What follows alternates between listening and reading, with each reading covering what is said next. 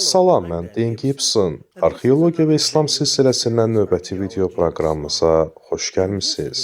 Bu proqramda qədim müsəlman qəbirstanlıqları və onların qiblə ilə əlaqəsi mövzusuna toxunmaq istərdim. Bu, iki hissəli yayımlanacaq proqramımızın birinci hissəsi olacaq. İndiyə qədər apardığımız tədqiqatlarda İslamın ilk 2 əsrində məscidlərin qiblə istiqaməti mövzusuna diqqət yetirmişik. Lakin bu videoda İslami dəfinlərlə əlaqəli şəkildə qiblə istiqaməti mövzusuna toxunmaq istərdim. Qiblə sözü müsəlmanların ibadət zamanı yönəldiyi istiqamət mənasında işlənir. Qurani-Kərim müsəlmanlara onların bir qibləsinin olduğunu və Məscidül-Hərama tərəf üz tutmalı olduqlarını xatırladır. Qiblə sadəcə ibadət üçün lazım deyil, eyni zamanda heyvan kəsilərkən ətinin halal olması üçün də kəsim zamanı üz tutulmalı olan istiqamət hesab olunur. Həmçinin həcc ziyarətinə gedərkən də üz tutulmalı olan istiqamətdir. Son 10 il ərzində mən İslamın ilk və orijinal qibləsinin İordaniyada yerləşən həqiqi Məkkə şəhəri olan Petra şəhərində olduğunu bəyan etmişəm. Eyni zamanda bəzi İslam xəlifələrini İslamın ortaya çıxmasından 70 il sonra 2-ci İslami vətəndaş müharibəsi zamanında qibləni Səudiyyə Ərəbistanındakı Məkkəyə köçürdüklərini tarixi faktlarla sizə təqdim etmişəm. Həzrəti Muhammedin zamanında və onun vəfatından 60 il sonraya qədər yalnız bir qiblə var idi. İordaniyadakı Petra şəhər istiqaməti. Təxminən Hicri 70-ci ildə indiki saxta Məkkə ikinci qibləyə çevrildi. Lakin heç də hamı bu ikinci qibləni qəbul etmədi. Əməvi xəlifəsinin hakimiyyətdə ikinci adamı olan sərkərdə Həccac ibn Yusif inşa etdirdiyi yeni məscidi üçün yeni bir qiblə seçdi və öz məscidini Vasit, yəni orta qibləli iki qiblə arası adlandırdı. Yəni qiblə divarı qədim qiblə olan Petra ilə sonradan inşa edilmiş saxta Məkkə arası orta istiqamətə baxan məscid. Bu orta qiblə istiqamətinə yönəliş Həccacın nəzarəti altında dikilən bütün məscidlərin qiblə divarında istifadə edilməyə başlandı. Bundan qısa müddət sonra Şimali Afrikada üsyançı lider Əbu Əl-Muhacir Dinar qiblə divarı cənuba doğru 155 dərəcə istiqamətində yönələn Afrika qibləsindən istifadə etməyə başladı. Mən bunu paralel qiblə adlandırmışam. Çünki Petra ilə Məkkə arasında çəkilən xətt cənuba doğru 155 dərəcə istiqamətinə yönəlir. Saxta Məkkəçilər iddia edirlər ki, Peyğəmbərin zamanındakı məscidlərin qiblə divarının Petra istiqamətində olması sadəcə bir təsadüfdür. Onlar iddia edir ki, Peyğəmbərin zamanındakı müsəlmanlar məscidlərin qibləsini dəqiq şəkildə istiqamətləndirmək imkanına malik deyildi. Bir neçə alim və tarixçi müdaxilə edərək öz arqumentlərini irəli sürərək bildiriblər ki, statistik baxımdan məscidlərin qiblə divarının fərqli yöndə inşasının sadəcə təsadüf olması mümkünsüzdür. Petraya tərəf məscid inşa etmək xəta idisə, necə oldu ki, bütün qədim məscidlər eyni istiqamətə yönələrək xəta etdi? Heç birinin indiki Məkkəyə baxmaması necə xəta hesab oluna bilər? Beləliklə, bu proqramda vermək istədiyimiz sual bu cürdür. Qədim dövrdən qalma müsəlman qəbirləri müsəlman məscidləri ilə oxşar qiblə istiqamətinə malik olubmu? Əməvilərin dövründə təxminən Hicri 112-ci ildə yaşamış şair Fərəzdəq qibləyə bir neçə dəfə istinad edir. Onun misralarından birində şair Kəbə adına bu cür and verir: hər bir qəbrin yönəldiyi istiqamət. Başqa bir misrada isə o, Kəbəni vəsf edərkən qəbirlərin özünü yox, içindəki meyidi qibləyə yönəlmiş olaraq bu cür vəsf edir: hər tərəfdən qəbirlərdə olanların üzləri ona tərəf yönəlir. Beləliklə, mən Quranda və ya hədislərdə qiblə ilə qəbirlər arasında əlaqəyə dair bir şey tapmamış olsam da, qiblənin müsəlman qəbirlərinə tətbiq edilməsinin qəbul edildiyinə dair qeydlərimiz var. Unutmayın ki, bizim söhbət açdığımız əsas dövr çox erkən dövrdür. İslamın ilk 100 illiyindən danışırıq. Sonraki dövrlərdə isə artıq Petradakı Kəbə tərk edilmişdi və ilk 100 illikdən sonraki qəbirlərin istiqaməti artıq bizə maraqlı deyil. İndi düzgün bir araşdırma aparmaq üçün müsəlman dünyasının hər yerindən arxeoloqların hesabatlarını araşdırmaq lazım gələrdi. Bu isə çox böyük bir layihə olardı və mən hələ də bütün arxeoloji hesabatları əldə edə bilməmişəm. Çünki onların hamısı bir yerdə deyil və çox vaxt o qədər də vacib hesab olunmadığı üçün tarixi qeydlərdə yoxdur. Qəbirstanlıqlarla bağlı hesabatlar adətən müxtəlif jurnallarda dərc olunur və müsəlmanlar arasında bilgilərin mərkəzləşdirilmiş bir toplanma yeri, məlumat bazası anlayışı demək olar ki, mövcud olmayıb. İkincisi, bəzi hesabatları tapmaq digərlərindən daha çətindir. Bəziləri isə ümumiyyətlə dərc olunmayıb. Cəsədlər və qəbirstanlıqlardakı istiqamətlər haqqında hesabatlar hazırlamaq ideyası adətən çox da vacib sayılmırdı. Digər bir problem isə müxtəlif inancların işə cəlb olunmasıdır. Məsələn, xristianlar, yəhudilər, sabeylər, zərdüştilər və digərləri. Qəbirlər müsəlmanların nəzarəti altında olmayan bilər. Onlar müsəlman ölkəsində yerləşmiş ola bilər.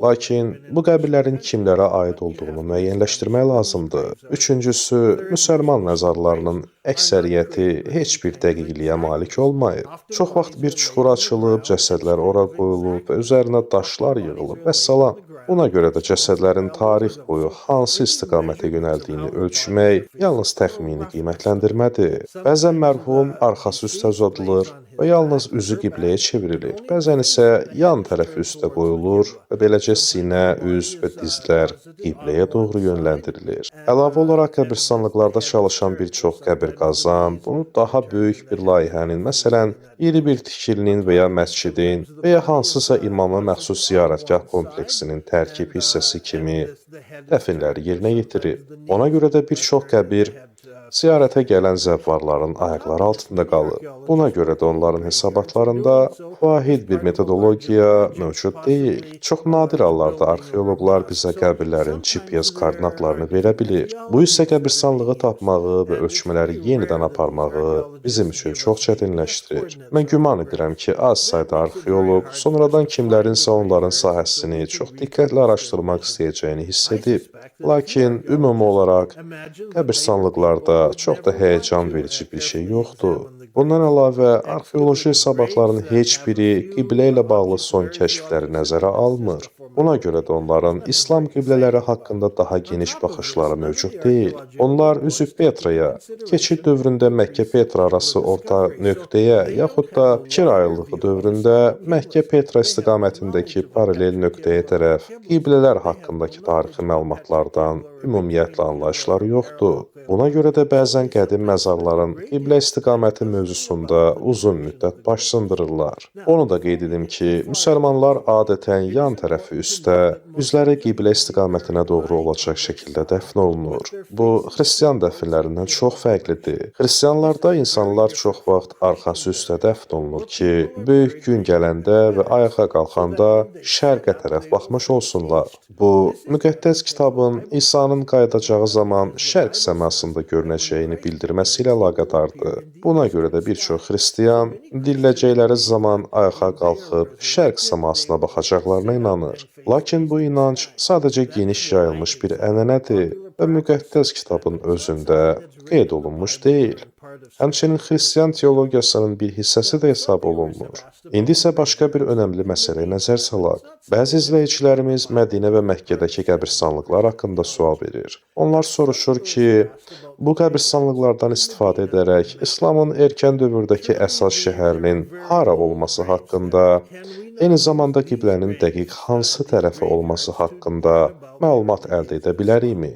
Mədinədəki məşhur qəbirstanlıq Bəqi qəbirstanlığıdır. 1860-cı ildən başlayaraq Vəhhabilər Mədinəni ələ keçirərək Bəqi qəbirstanlığını dağıtmağa başladı. Çünki qəbirlərin əksəriyyəti onsuz da işarəsiz idi. Onlar oradakı qarışıqlığı təmizləməyin və türbələri çınqıl təpələrlə yenidən düzəltməyin problem olmadığını düşündü. İkincisi, Bəqi qəbirstanlığı tanınmış və hörmətli şəxslərin türbələri üzərində monumental tikillərlə dolu idi. Vəhhabilər Sünni məzhəbinin bir qolu idi. Onlar xüsusilə şiələrə qarşı çox sərt münasibət göstərən bir dəstədir. 1802-ci ildə İraqın Kərbəla şəhəri və Nəcəf şəhərini ələ keçirmişdilər. Oradakı əhalinin bir hissəsini şəhid etmiş və Muhammed Peyğəmbərin vəsisi İmam Əlinin və İmam Hüseynin türbələrini dağıtmışdılar. Bu şəkillər bütün bu faciəvi hadisələrin baş verməsindən öncəki dövrə aid Bəqi qəbirstanlığının şəkilləridir. Sonralar bu türbələrin hamısı söküldü. Qəbirstanlıq isə bütün qəbirlərin nizamlı sıralarda düzülüşü ilə yenidən düzəldildi. Bugün ziyarətçilər qəbirstanlığı ziyarət edə bilir, lakin qəbirlərin keçmişdəki orijinal istiqaməti haqqında çox az şey müəyyən etmək mümkündür. Uhud döyüşünün şəhidlərinin qəbirlərində də dəyişikliklər edilib. O cümlədən Həzrəti Muhammedin əmisi Həmzə ibn Əbdülmüttəlibin qəbri də o cürdür. Digər bir çox qəbirlər də yerlə yeksan edilib. O cümlədən Həzrəti Muhammedin qızı Fatimə-i Zəhranın məscidi və başqaları da. Bir çox yerlərə isə səkilər döşənib və ya qoruma altına alınıb. Bunu vəhhabilər edib. Məqsəd Əhl-i Beytə bağlı şiələrin həmin məzarlara təzim etməsi və öpməsinin qarşısını almaqdır. Bu, Məkkədə də edilib. Burada Cənnətül Müəlla olaraq adlandırılmış qəbirstanlığın əvvəllər necə göründüyünün fotosu var. Bugün isə o qəbirstanlıq vəhhabilər tərəfindən yerlə yeksan edilib. Səudiyyə hökuməti insanların ölülərə hörmət göstərməsini istəmir, amma eyni zamanda qəbirstanlıqdakı qəbirlərin özündə də problemlər var. Məkkədəki qəbirstanlıqda 7 türbə mövcud olub. Həmin türbələr bu cür sıralanıb. Həzrəti Muhammedin anası Əminə, Həzrəti Muhammedin ulu babası Haşim, Həzrəti Muhammedin ulu babası Əbdümənaf, Həzrəti Muhammedin babası Əbdülmuttalib, İmam Əlinin atası Əbu Talib, Həzrəti Muhammedin ilk həyat yoldaşı Xədicə və Həzrəti Muhammedin körpə yaşda vəfat etmiş oğlu olan Qasimin türbələri. İlk təəssürat belədir ki, bu qəbirlərin indiki Məkkədə mövcudluğu, Petra şəhərinin orijinal Məkkə olması və Kəbənin orada olması fikrinin üstündən böyük bir xətt çəkir. Zahirən bu məsələ Petra iddiasını çürüdür. Çünki Petra şəhəri orijinal Kəbənin məkanı idisə, adı çəkilən şəxslər gərək Səudiyyə Ərəbistanındakı Məkkədə yox, Petrada dəfn olunaydı. Lakin İslamın ilkin müqəddəs şəhəri olaraq Petraya işarə edən saysız-hesabsız sübutları rədd etməyə tələsməməliyik. Əvvəlcə özümüzə sual verməliyik. Görəsən, indiki Məkkədəki Cənnətül Müəlla qəbirstanlığındakı Peyğəmbərin ata-babalarına nisbət verilən türbələr əsl tarixi qəbirlərdir, yoxsa bu 7 şəxsi almaq üçün sonradan tikilmiş xatirə və anım abidəsi tipli bir ziyarətgahdır? Bu suala həmin qəbirlərin tarixçəsini araşdırmaqla qəti cavab tapmaq mümkündür. İlk olaraq Həzrəti Muhammedin anası Aminənin qəbri haqqında danışaq. İndiki Məkkədəki qəbirstanlıqda Aminənin xatirəsini yad etmək məqsədi ilə xatirə abidəsi funksiyasını yerinə yetirən bir türbə olsa da, bu onun həqiqi qəbri deyil. Çünki erkən dövr İslam tarixçisi olan İbn İshaq açıq şəkildə bildirib ki, Aminə Əbvada dəfn olunub. Bugün İslam alimləri Əbva məntəqəsindəki Aminəyə nisbət verilən məzarı onun həqiqi qəbri kimi təsdiq edir. Buna görə də indiki Məkkədəki Cənnətül Müəlla qəbirstanlığındakı Aminə üçün nəzərdə tutulan türbə içində heç bir cəsəd olmayan xatirə kompleksi anım türbəsidir. İkinci türbə Həzrəti Muhammedin ulu babası Haşim üçün tikilmişdi. İslam tarixçisi Təbəri bizlərə bildirir ki, Haşim ticarət səfərindəykən Mədinə şəhərindən keçmişdi. Orada o, Sələməni görmüş, onunla əlaqəyə girmiş və Sələmə hamilə qalmışdı. Haşim Mədinədən çıxıb şimala getdikdən sonra Ərəbistanın şimalında Qəzzada vəfat etdi. Sələmə Həzrəti Muhammedin babası Əbdülmuttəlibi dünyaya gətirmişdi. Bu məlumat Təbəri və İbn İshaqın əsərlərində də öz təsdiqini tapır. Aydın şəkildə görünür ki, indiki Məkkədə Haşimə nisbət verilən türbədə Haşimin cənazəsi ola bilməz. Deməli, 7 türbədən ikisi faktiki olaraq real formada adı çəkilən şəxslərə məxsus qəbirlər ola bilməz. Çünki həmin şəxslər başqa yerlərdə vəfat etmiş və dəfn olunmuşdur.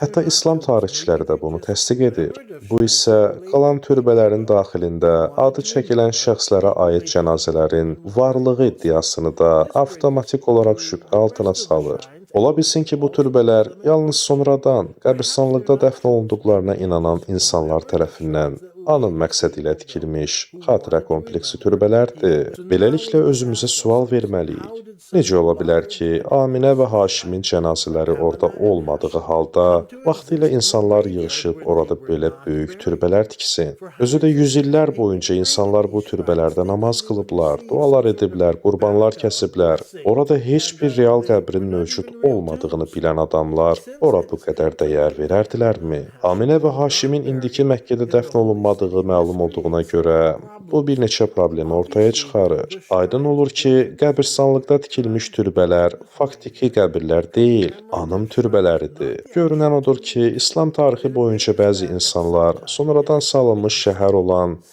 indiki saxta Məkkənin qəbirstanlıq yerlərində əsrlərlə vaxt keçəndən sonra dəfn olunduğuna inandıqları, amma yerini dəqiq bilməyib fərz etdikləri əhəmiyyətli dini tarixi şəxsiyyətləri anmaq üçün onlara nisbət verdikləri türbələr tikməyə qərar vermişdilər. Bunun nə vaxt baş verdiyini araşdıra bilərik. Belə ki, erkən dövr İslam yazılarına nəzər salanda görürük ki, türbələrə hörmət göstərmək təcrübəsi Xaçlıq səfərlərinə qədər geniş yayılmış bir inanc deyildi. Orta əsr Xaçlı yürüşçüləri müqəddəs şəxslərin məzarına hörmət göstərirdi. Bu ənənə Orta əsr Avropasından yaxın şərqə məhz bu zaman periodunda keçmişdi. Bu isə Həzrəti Muhammed, əhli əyalı və əhli beytinin vəfatından 700 il sonraya Səudiyyə Ərəbistanındakı indiki Məkkənin İslamın ilkin müqəddəs şəhəri kimi qəbul edilməsindən yüzlərlə il sonraya təsadüf edir. Peyğəmbərin vəfatından əsrlər sonra müsəlmanlar arasında İslami şəxsiyyətlərin qəbirlərinə hörmət göstərmək marağı yaranan bir zamanda Məkkə cəmaatı Cənnətül Müəlla olaraq adlandırılmış qəbirstanlığa diqqət yetirməyə başladı. Onlar indiki Məkkədə sadəcə kubikə bənzər başdaşlar və üstü topa qumdan ibarət qəbirlərin içində İslami önəmi olan tarixi şəxsiyyətlərin məzarının ola biləcəyini fərz edirdilər. Ona görə də onların xatirəsini əziz tutmaq məqsədi ilə orada həmin şəxslərin qəbir və ya cəsədləri olmadığı halda onlara nisbət verərək xatirə və anım abidəsi türbələr tikməyə başladılar. Onlar qəbirstanlıqda sadəcə anma türbələrini tikmək üçün boş yerlər seçirdilər. Amma həmin türbələrin tikilişinin üstündən 10 illiklər, 100 illiklər keçməyə başladıkca insanlar oradakı türbələrə xatirə abidəsi, anın kompleksi prizmasından baxmamağa başladı. Onlar həmin türbələrdə həqiqətən də Peyğəmbərin anasına, ata-babasına məxsus cənazələrin, o cənazələrin üstündə qəbirlərin, o qəbirləri əhatə edən həqiqi türbələrin olduğuna sidq ürəklə inanmağa başladılar. Zaman keçdikcə anım yeri həqiqi qəbir ehtimallar isə yəqinliyə doğru təkamül keçməyə başladı. Bəs insanlar qəbirin harada olduğunu bilmədikləri halda necə türbə tikə bilmişdi? İlk olaraq qeyd etmək lazımdır ki, müsəlman dünyasının hər yerində qəbirstanlıqlar diqqətsiz, tərk edilmiş və qarışıq vəziyyətdədir. Arabic News 14 iyul 2011-ci il tarixində xəbər verirdi ki, hətta Məkkə şəhərində də Səudiyyə İnsan Hüquqları Milli Cəmiyyəti Məkkə Bələdiyyəsi orqanlarını qəbirstanlıqların müqəddəsliyini qorumaq üçün təcili addımlar atmağa çağırırdı. Çünki qəbirstanlıqların yavaş-yavaş məhv olduğu bildirilirdi. Onların ofisi tərəfindən təyin edilmiş xüsusi komitə vətəndaşların bir neçə şikayətindən sonra Hindaviyadakı qəbirstanlığa ziyarət etdi.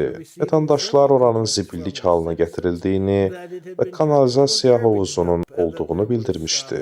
Müsəlman dünyasındakı bir çox qəbirstanlıqların dağınıq olması, bir çox hallarda baxımsız, qəbirlərin isə kimə məxsus olması baxımından işarəsiz, ad qeydlərindən məhrum vəziyyətdə olması nəzərə alınarsa, 1000 il əvvəl Müəlla qəbirstanlığının dağılaraq xarabalığa çevrilməsi heç də təəccüblü deyil. İnsanlar sonrakı dövrlərdə qəbirstanlığı ziyarət etməyə başlayanda, orijinal qəbirlərin yeri itmiş olsa da, türbələr tikilmiş vəziyyətdə idi.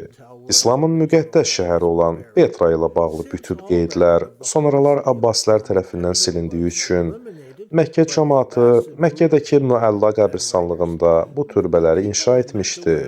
Amma həqiqi Cənnətül Müəllanın yüzlərlə kilometr uzaqda Petrada olduğunu anlamamışdılar. Beləliklə bizim əlimizdə üzərində araşdırma edəcək, işləyə biləcəyimiz erkən dövrə aid Məkkə və Mədinə qəbirləri yoxdur. Çünki nəyisə araşdırmaq, ağı-qaradan seçmək mümkünsüzdür. Tarixi faktlar məhv edilib. Şam bölgəsində qazılmış bir çox qəbir də mövcuddur, amma arxeoloqlar cəsədlərin istiqaməti üzərində çaşqınlıq içindədir. Onlar Petra istiqamətində qiblə, Aralıq qibləsi və ya paralel qiblə anlayışları haqqında heç nə bilmirlər. Bəs digər erkən dövr müsəlman qəbirlərinin qiblə istiqamətindən orijinal Kəbənin məkanı mövzusunda nəsə başa düşə bilərikmi? Bu sualın cavabı isə qədim İslami məzarların qiblə istiqaməti mövzusundakı növbəti video proqramımızda sizlərə təqdim olunacaq. Mən Dan Gibson və bu Arxeologiya və İslam silsiləsindən növbəti video proqramımız idi.